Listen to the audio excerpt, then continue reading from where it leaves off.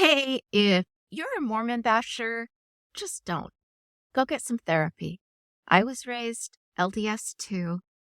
There's lots of good about it. So if you feel the need to rip it, go get therapy. Oh boy. Welcome to 2025. I'm Jenny Gage, and this is Life Take Two, where I share my escape from Mormon tradwife life. Just in the course of doing my thing here, which is talking about my faith crisis, deconstructing religion, and sharing with people how I've rebuilt my life on the other side. Thus, the Life Take Two part of Life Take Two. Inevitably get barraged with real life and social media comments from people telling me to stop talking about religion. One of my favorite lines is, "You can leave the church, but you can't leave the church alone."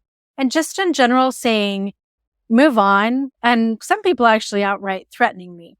A lot of people don't think that it's okay to speak up against the Mormon church that I spent 44 years in and the Christian church that I spent 4.5 years in. And they ask me to be quiet. And clearly I'm not about to be quiet. And today I'd like to dive a little bit into why asking me to be quiet is as unconstitutional as me for asking someone else to close the doors of their church.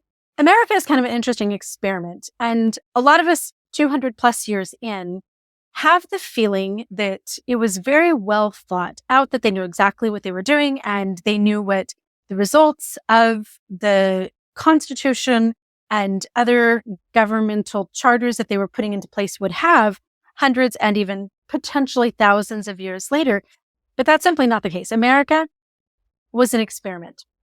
As the founders began to address religion and the practice of faith, obviously our founders were coming from a European system where God was very much in charge of everything from the top down. And religion in most nations in Europe was a matter of the state.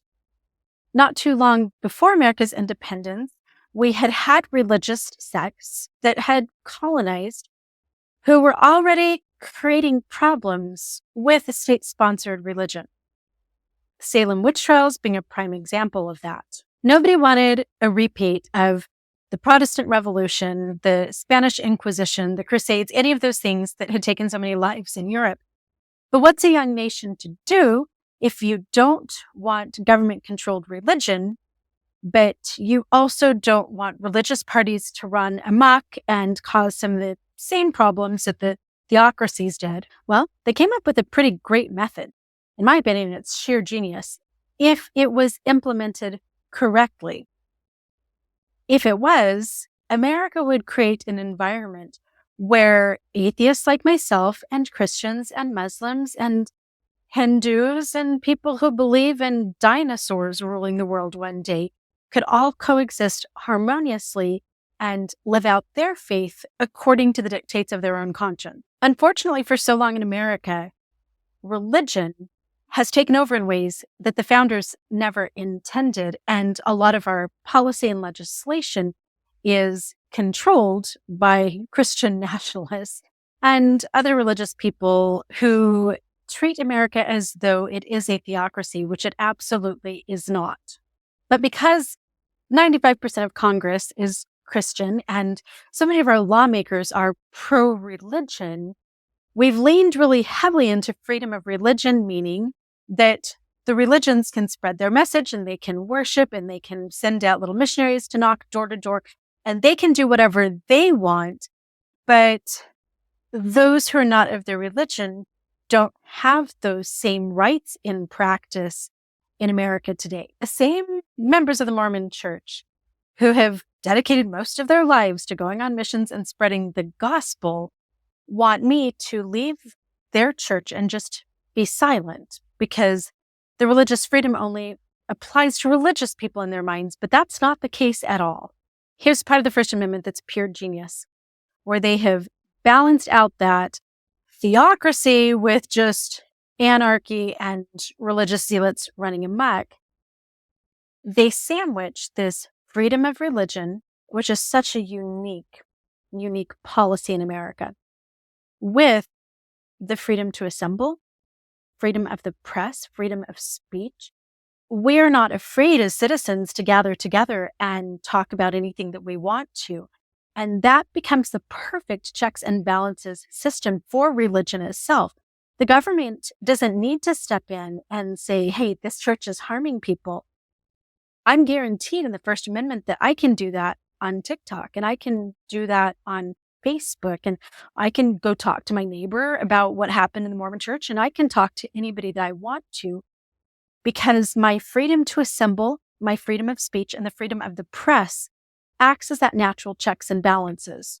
If a church harms a citizen, that citizen has the right to talk about the harm that the church does to them wherever they want to. And the same thing's true if the church did a lot of good. You can shout that from the rooftops too. We have freedom of the press, freedom to assemble. I can get together with other people and talk about ex-Mormon stuff all I want to, guaranteed by the First Amendment. And what most religious people who want non-religious people like myself to be quiet don't realize is that it is that freedom of assembly, freedom of speech, freedom of the press, and all of that that guarantees their freedom of religion. Because if we didn't have this balancing system built into the First Amendment, the government would have to control every religion. They just would. They'd have to be in charge of what people are doing, teaching, and believing in their churches. And I don't think that anybody really wants that. Typically doesn't. And well, Bolshevik Revolution, the Taliban, and the second part of that freedom of religion policy that really is foundational to all of our lives in America is the anti-establishment clause, that the government isn't going to sponsor any type of religion anywhere. President doesn't have a Church of America like the king had a Church of England. Our government is neutral. And that means they're not going to promote Mormonism, Christianity, Catholicism, Lutheranism, Evangelicism. They're not promoting or giving preferential treatment to those religions over atheism, Buddhism, Islam, or the Church of Zoroaster. A month ago, a friend and I chartered a new atheist church. It's called the Church of Korihor. You can learn about our tenets at korihor.org. We do sermons every Sunday. I'd love to have you join us.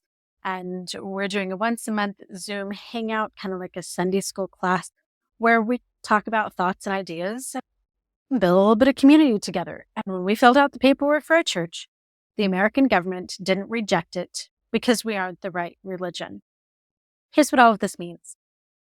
The minute my ability to stand and talk about the way that the Mormon church and the Christian church harmed me comes to an end, so does the freedom of the Christians and the Mormons, because that means that somebody has taken control away from the citizens. By speaking publicly about my experiences with the Mormon church and the Christian church, I am protecting other citizens from similar harm. So the government doesn't have to step in and do that. And at the end of the day, whether the religious people like this fact or not, I have the constitutional right to speak about the things that I speak about, including the Mormon and Christian churches, and so do they. And maybe rather than trying to silence people like me, the churches should focus on making church better so people like me who leave don't have anything negative to say. I'd love to hear what you think.